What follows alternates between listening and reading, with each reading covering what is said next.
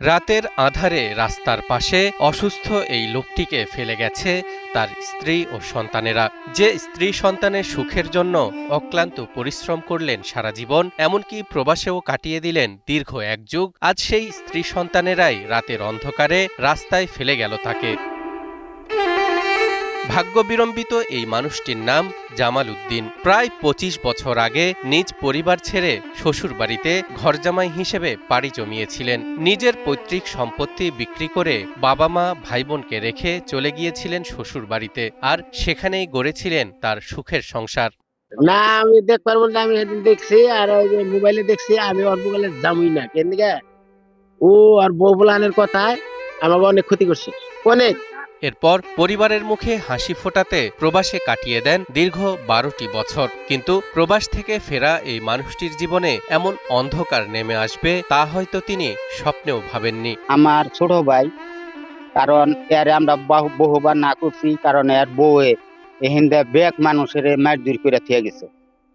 কিন্তু হেনুগনে পরে যে ওর জায়গা জমি গরমর বেচা নিয়ে পরে শ্বশুর বাড়ি যায় জায়গা জমি কিনলো। পরে হেনু অনেকদিন কষ্ট মষ্ট করার পরে পরে ছোট ভাইয়ে জলিল হ্যাঁ বিদেশ পাঠাইলো। বিদেশ তার টেহা তো দিলই না।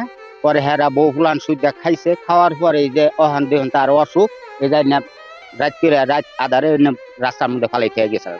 জানা যায় কয়েক বছর আগে কিডনি জটিলতা সহ নানা দুরারোগ্য ব্যাধিতে আক্রান্ত হন জামাল উদ্দিন। প্রায় ৮ মাস আগে একেবারে খালি হাতে দেশে ফেরেন তিনি। আর ক্রাঞ্চি রোলের ভিতর চকলেট ক্রিমের filling, all time cream roll, মুখে দিতেই স্পেশাল ইনসাইড। এরপরেই বেরিয়ে আসে পরিবারের আসল চেহারা। সুস্থ জামাল যখন টাকা এনেছিলেন তখন তিনি ছিলেন প্রিয়জন, কিন্তু অসুস্থ জামাল যখন শয্যাশায়ী তখন তিনি শুধুই এক বোঝা। মনে করেন ১ যুগ ১২ বছর বিদেশ করেছিল, সেই টাকা কামাই করে বউ ফুলানে খাইছে।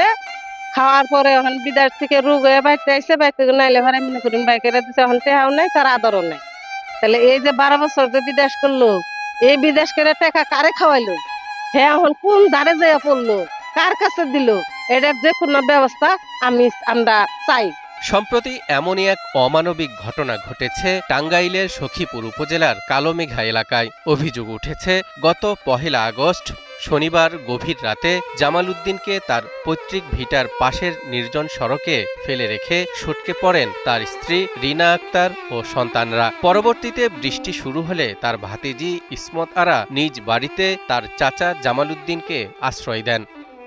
দেখেন, আমার বাড়িতে এই পরিস্থিতিটা, হ্যাঁ, দীর্ঘদিন বিদেশ করে তার স্ত্রী সন্তানদের খাওয়াইছে। এদিকে অভিযুক্ত স্ত্রী রিনা আক্তারের সাথে যোগাযোগ করা হলে তিনি মুঠোফোনে জানান তিনি তার স্বামীকে ডিভোর্স দিয়েছেন। স্বামীর সাথে তার আর কোনো সম্পর্ক নেই। তবে রাতের বেলায় তিনি কিভাবে ওই এলাকায় পৌঁছালেন এমন প্রশ্নের জবাবে তিনি ছেলের উপর দোষ চাপান। আমার তো স্বামী নাই। কেন, আপনার স্বামী কি হয়েছে? আমার স্বামীর 4 মাস ধরে ডিভোর্স দিছে, আমার স্বামী 9 মাস ধরে বাইরে ঘুমাইছে। এক সময়ের রেমিটেন্স যোদ্ধা আজ নিজের ভিটেমাটি হারিয়ে নিঃস্ব এক পথচারী। এমন অবস্থায় প্রবাস ফেরত অসুস্থ এই লোকটির চিকিৎসার জন্য প্রয়োজনীয় ব্যবস্থা গ্রহণের আশ্বাস দেন সখীপুর উপজেলা নির্বাহী অফিসার আশরাফুল আলম। সমাজসেবা থেকে কোনো উদ্যোগ আছে কিনা এরকম রোগীদের?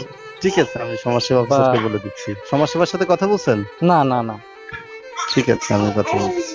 আচ্ছা, ঠিক আছে ঠিক আছে। টাকা থাকলে যে হাতগুলো শক্ত করে আঁকড়ে ধরে থাকে, সেই হাতগুলোই টাকা ফুরালে কিভাবে মাঝপথে ছেড়ে দেয় জামাল উদ্দিনের জীবন যেন তারই এক জীবন্ত উদাহরণ। এ ধরনের ঘটনার সুষ্ঠু বিচার কখনো হবে কিনা তা জানা নেই, কিন্তু সুদিনের সঙ্গীদের ভিড়ে দুর্দিনের এই চিত্র আমাদের সমাজের কাছে নিশ্চিতভাবে রেখে যায় এক বিরাট প্রশ্নবোধক চিহ্ন।